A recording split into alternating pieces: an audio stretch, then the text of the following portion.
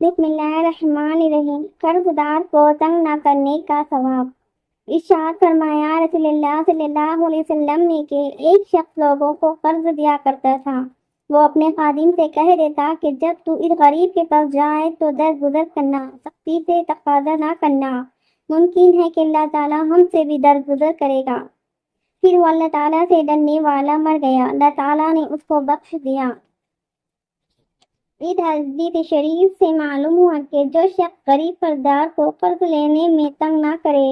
سختی کرنے سے بچے، تو اللہ تعالیٰ اس کو تنگ نہیں کرے گا اور اس کے گناہ معاف فرمائے گا۔ قرض دینے کے بارے میں آپ حضور صلی اللہ علیہ وسلم فرماتے ہیں کہ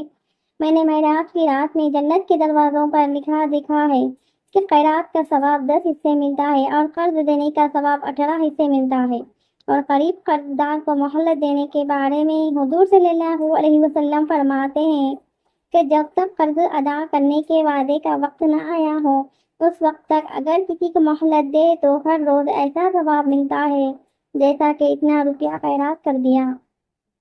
اور جب اس کے ادا کرنے کا وقت آ جائے اور پھر مہلت دے تو ہر روز 2 روپے اللہ کی راہ میں خیرات کرنے کا ثواب ملتا ہے۔ اور جو قرض اللہ تعالیٰ کی رضا کے لیے بے سود کر دیا جائے اس کو قرض حسنہ کہتے ہیں۔ حضور صلی اللہ علیہ وسلم فرماتے ہیں کہ جو شخص اپنے بھائی مسلمان کی مشکلوں میں سے دنیا کی کوئی مشکل دور کرے گا تو اللہ تعالیٰ قیامت کے روز اس کی مشکل دور کرے گا، اور جو شخص اپنے مسلمان بھائی کا کام بنائے گا قیامت کے دن اللہ تعالیٰ اس کا کام بنائے گا۔ انسان ہر وقت اللہ تعالیٰ کی مہربانی کا محتاج ہے، بس جو انسان یہ چاہے کہ اللہ تعالیٰ میرا کام بنائے تو اس کو چاہیے کہ اپنے اختیار کے موافق اپنے بھائی مسلمان کا کام بنائے۔ قرض دینے کا بہت بڑا ثواب ہے، مگر قرض لینے میں بعض لوگ بہت سختی سے تقاضا کرتے ہیں، جبکہ یہ بھی جانتے ہیں کہ اس غریب کے پاس ہوتا تو بہت جلد ادا کر دیتا، تو یہ سختی سے تقاضا کرتے ہیں، جبکہ یہ بھی جانتے ہیں کہ اس غریب کے پاس ہوتا تو بہت جلد ادا کر دیتا، تو یہ سختی سارے ثواب کو مٹا دیتی ہے۔ اس سے بڑھ کر یہ ظلم ہے کہ بعض لوگ قرض لے کے